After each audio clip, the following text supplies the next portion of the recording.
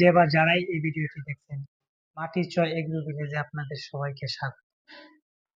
দীর্ঘদিন ধরে আসলে ভিডিও দেওয়া হয়নি, অসুস্থতার কারণে ভিডিও তৈরি করতে পারিনি। তাই অনেকদিন পর আপনাদের জন্য আবারও আরেকটি ভিডিও নিয়ে আসলাম।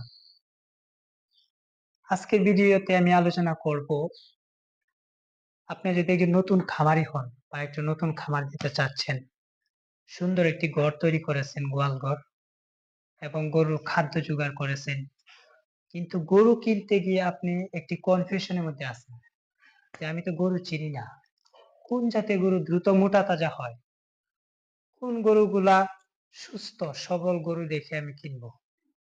সুস্থ গরু যদি আপনি না চিনেন তাহলে আপনি কখনোই খামার দিয়ে লাভবান হতে পারবেন না। আপনি সুস্থ গরু চিনতে হলে কয়েকটি লক্ষণ আছে, এই লক্ষণগুলো দেখে একটি সুস্থ গরু চেনা যায়। প্রথমে আপনাকে চুজ করতে হবে আপনি যে খামারটি দিবেন তাকে আপনি ডেইরি করবেন না ফ্যাটেনিং করবেন। আপনি যদি ডেইরি করেন সেখানে অনেক রিস্ক আছে, আপনাকে জানতে হবে, বুঝতে হবে, গরুর দুধ দহন করা জানতে হবে, অনেক কিছু আছে। আমি সাজেস্ট করবো আপনি যদি নতুন হন তাহলে আপনি প্রথমে ফ্যাটেনিং করেন। আপনি ভালো জাতের শুকনো গরু কিনে মোটা তাজা করে তারপর বিক্রি করেন। আপনি গরু কেনার জন্য হাটে গেলেন বা এনে খামারে গেলেন গরু কিনতে, কিন্তু আপনি তো গরু চিনেন না। আর একজন যে গরু বিক্রেতা সে তো আপনাকে গরুর সমস্যা, গরুটি সুস্থ কিনা সেটা তো আপনাকে বিস্তারিত খুলে বলবে না। আপনাকে চিনতে হবে, আপনাকে জানতে হবে। আপনি প্রথমে হাটে যাওয়ার পর আপনি চুজ করবেন আপনি কোন জাতের গরু কিনবেন, কোন জাতের গরু দ্রুত মোটা তাজা হয়, কোন জাতের গরু তার শরীরে মাংস দ্রুত উৎপাদন করতে পারে। আমাদের এশিয়া কান্ট্রিতে বেশিরভাগ যে জাতগুলো মাংস উৎপাদন করতে পারে তার শরীরে, তার মধ্যে হলো দেশি, শাহিওয়াল, ব্রাহ্মা, হোলস্টিয়ান ফ্রিজিয়ান ক্রস, নেপাল, এসব এসব জাতের গরু দ্রুত মাংস উৎপাদন করতে পারে। তার যদি একটি গড় হিসাব আমি আপনাদেরকে দেখাই বা বলি, যেমন একটি দেশি গরু তার শরীরে সঠিকভাবে দানাদার খাবার এবং তার ওজনের পরিমাণ অনুযায়ী যদি আপনি রেগুলার খাবার দিতে পারেন কি ঘাস খাওয়াতে পারেন, তাহলে তার শরীরে প্রতিদিন সে 400 থেকে 500 গ্রাম মাংস উৎপাদন করতে পারে। একটি শাহিওয়াল গরু তার শরীরে প্রতিদিন 500 থেকে 700 গ্রাম মাংস উৎপাদন করতে পারে। একটি ফ্রিজিয়াম জাতের ক্রস গরু তার শরীরে প্রতিদিন 800 থেকে 1000 গ্রাম মাংস উৎপাদন করতে পারে। সবচাইতে যে জাতটি ভালো মাংস উৎপাদন করতে পারে তা হলো ব্রাহ্মা। ব্রাহ্মা একটি উন্নত জাত। এই জাতটি আমাদের দেশে আগে পালন করা হতো না, কিন্তু এখন অ্যাভেলেবেল ভাবে পালন করা হয়। এই জাতটি তার শরীরে প্রতিদিন 1200 থেকে 1400 গ্রাম পর্যন্ত মাংস উৎপাদন করতে পারে যদি সঠিকভাবে সে খাবার পায়। তার বডি ওয়েট ওজন অনুযায়ী যদি সঠিক খাবারটি থেকে প্রেরণ করা হয়, দেওয়া হয়, তাহলে খুব ভালো মানের মাংস উৎপাদন করতে পারে। তো আপনি চুজ করবেন যে আপনি কোন জাতের গরুটি কিনবেন। কথা হলো আপনি মার্কেটটি রিসার্চ করতে হবে। আসলে আপনি যে একটি ব্রাহ্মা জাত তৈরি করবেন সেটি কি কুরবানি ঈদ ছাড়া আপনি বিক্রি করতে পারবেন কিনা। আপনি মনে করেন যে 2 লাখ 2.5 লাখ টাকার একটা গরু তৈরি করলেন, তখন দেখা গেছে ঈদ নেই, আপনি সেই গরুটি মার্কেটে নিয়ে গেলে ভালো একটি প্রাইস পাবেন না যদি আপনার এলাকায় মাংসের চাহিদা প্রচুর না থাকে। আপনি যদি শহরাঞ্চলে বাস করেন তাহলে ভিন্ন কথা, কারণ শহরে অনেক মানুষ বাস করে, সে জায়গায় প্রতিদিন প্রচুর পরিমাণে গরু জবাই হয়, 2-2.5 লাখ টাকার গরু কোনো ব্যাপার না। কিন্তু আপনি যদি গ্রামে বাস করেন তাহলে এই জায়গায় সমস্যা হলো 2-2.5 লাখ টাকা দামের গরু আসলে কসাই যদি প্রতিদিন জবাই করে তাহলে সে খাওয়াতে পারবে কিনা। সেই ক্ষেত্রে আপনাকে সেই বিষয়টি মাথায় রেখে আপনাকে গরু কিনতে হবে। আপনি গ্রামের দিকে যদি বাস করেন তাহলে আপনি দেশি গরু দিয়ে করতে পারেন। এই যে কেমন আমি প্রথম প্রজেক্টে যে দেশি গরু দিয়ে করলাম। এবারে কুরবানির দিকে আমাদের খেয়াল আছে শাহিওয়াল, তারপর দিয়ে একটি ব্রাহ্মা ক্রস কিংবা হোলস্টিয়ান ফ্রিজিয়াম জাতের ষাঁড় গরু আমরা পালন করব কুরবানিকে টার্গেট করে। প্রথম অবস্থায় আপনি বাজারে গেলেন, এই জায়গায় সবচেয়ে বড় ধরনের ভুলটি খামারি করে সে গরু দেখে চিনে কিনতে পারে না। সে বাজারে যায়, নিজের কাছে ভালো লাগলো, এই গরুটি সুন্দর লাগলো, কিনে নিয়ে আসলো। তখন দেখা গেছে আসার পর হঠাৎ গরুটি হয়ে যায় এফএমডি। কারণ এফএমডি জীবাণু বাজার থেকেই গরু বহন করে নিয়ে আসে। সে তো এফএমডি ট্রিটমেন্ট জানে না, কিংবা এলএসডি নিয়ে আসে। এলএসডি ট্রিটমেন্ট সে জানে না। তখন যে একটা স্টেজের মধ্যে পড়তে হয়, যে গরুটি শখের গরুটি সে কিনে আনলো, সেটি দেখা গেছে অসুস্থ হয়ে কিছুদিন পর অর্ধেক হয়ে গেল। খামারি একটি মানসিক টেনশনে ভুগে গরুটি ধীরে ধীরে স্বাস্থ্যক্রমে নষ্ট হয়ে যায়। তো সেই বিষয়টি আপনাকে জানতে হবে, বুঝতে হবে। আমি আপনাদেরকে আজকে কয়েকটি লক্ষণ দেখাবো।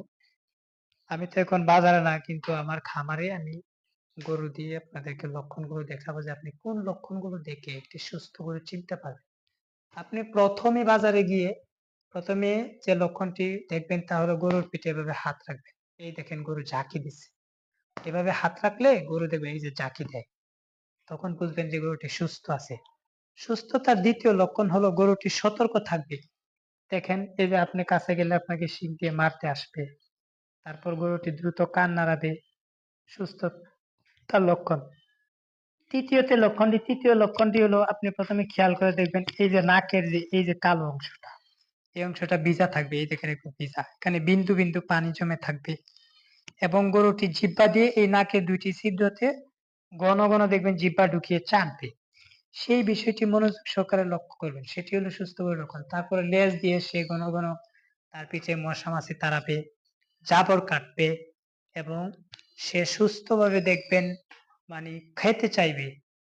আপনি কাছে গেলে দেখবেন আপনার সাথে সে সে ঘষতে চাইবে, খুব সতর্ক থাকবে। আপনি ওখানে তার পিঠে হাত রাখলে কিংবা তার শরীরে হাত দিলে এগুলো দেখবেন। তারপর এখানে বয়সটি নির্ধারণ করতে হবে। আপনি বাজারে গিয়ে বাংলাদেশের গরু মূলত 19 থেকে 23 মাসে দাঁতে, 23 মাসে সে দাঁতে। আপনাকে অবশ্যই 2 দাঁতের গরু কিনতে হবে। এই বয়সের গরুগুলা 18 থেকে 23 মাসের যেগুলা, এই গরুগুলা খাবার কম লাগে, দ্রুত মোটা তাজা হয়। বাছুর গরু খাবার বেশি লাগে। তো আপনাকে এই গরুগুলা কিনতে হবে। তারপর আপনাকে আরো বিষয়টি লক্ষ্য করতে হবে যে গরুটি পা খুরাচ্ছে কিনা। পায়ের 2 খুরার এই যে এইদিকে এই যে 2টি খুরা আছে, এই 2টি খুরার মাঝে কোথাও ফোলা আছে কিনা কিংবা ঘাও আছে কিনা, সেই বিষয়টি আপনাকে খেয়াল রাখতে হবে।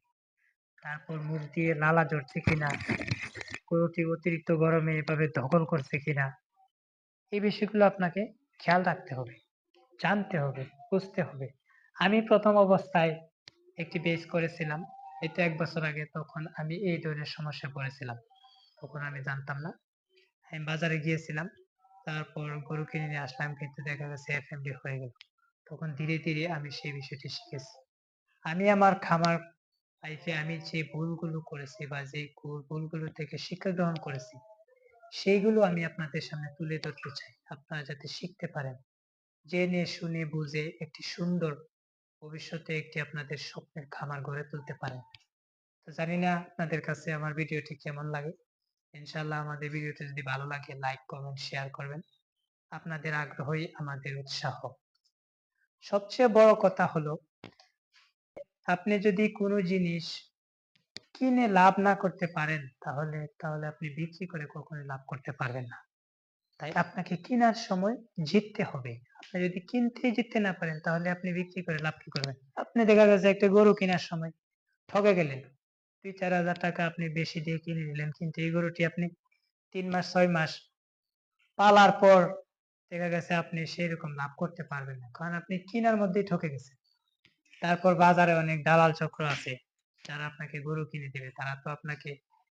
তারা চাইবে না কখনোই যে আপনি সস্তা কিনেন। তাই আপনাকে এই বিষয়গুলো জানতে হবে, বুঝতে হবে। একটি দালাল আপনাকে সারাদিন আপনার পেছনে ঘুরে 8-10টা গরু কিনে দিবে। সে বিনা স্বার্থে, বিনা লাভে। এত ভালো আসলে মানুষ না ভাই। সে আপনার কাছ থেকে অনেকগুলো টাকা গরু পিছ প্রতি নিয়ে যাবে, আপনি বুঝতেও পারবেন না। আপনি পেলে কষ্ট করে লাভ করবেন বাজারে বিক্রি করে, আর সে কষ্ট ছাড়াই দেখবেন আপনার চাইতে অধিক লাভ পেয়ে সে নিয়ে গেছে। সেই বিষয়গুলো আপনাকে জানতে হবে, বুঝতে হবে, গরু চিনতে হবে। গরু না চিনলে আপনি কখনোই খামার দিয়ে সাস্টেনেবল লাভ করতে পারবেন না। ম্যাক্সিমাম খামারি যারা নতুন খামার, শখের বসে উৎসাহিত হয়ে খামার শুরু করে দেয়, সে গরু জাত চিনে না, কোন গরু কি ধরনের খাবারে দ্রুত মোটা তাজা হয় তা জানে না। সুস্থ গরু চিনে না। কোন জাতের গরু দিয়ে দ্রুত লাভ করা যায় তা বুঝে উঠতে পারে না, কিন্তু খামার দিয়ে দেয়। দেখা গেছে কিছুদিন পর সেই খামারটি ধীরে ধীরে বন্ধ হয়ে যায়। কারণ সে জানেই না আসলে কিভাবে গরু লালন পালন করতে হয়, কিভাবে সুস্থ গরু কিনতে হয়, কোন জাতের গরু দ্রুত মোটা তাজা হয়, কোন সময়ে কোন প্রাথমিক চিকিৎসা দিতে হয়, সেই বিষয়গুলো আপনাকে জানতে হবে। তো ইনশাল্লাহ আমাদের মাটির চয় এগ্রো ভিলেজটি আপনারা সাবস্ক্রাইব করেন, আমাদের পাশে থাকুন। ধীরে ধীরে আপনাদের সামনে এরকম শিক্ষণীয়মূলক আরো ভিডিও তুলে ধরবো। আমি আশা করি আপনারা ভিডিওটি পুরো দেখবেন। পুরো ভিডিওটি দেখলে আপনারা অনেক বিষয়গুলো জানতে পারবেন। তো ধীরে ধীরে আপনাদের সামনে তুলে ধরবো সকল সমস্যা, সকল সমাধান, কিভাবে একজন নতুন খামারি প্রথম থেকে শুরু করে একটি সাস্টেনেবল সফল খামারি হয়ে উঠবেন তা নিয়ে। তো ইনশাল্লাহ ভালো থাকবেন সবাই। দেখা হবে পরবর্তী কোনো এক ভিডিওতে। আল্লাহ হাফেজ।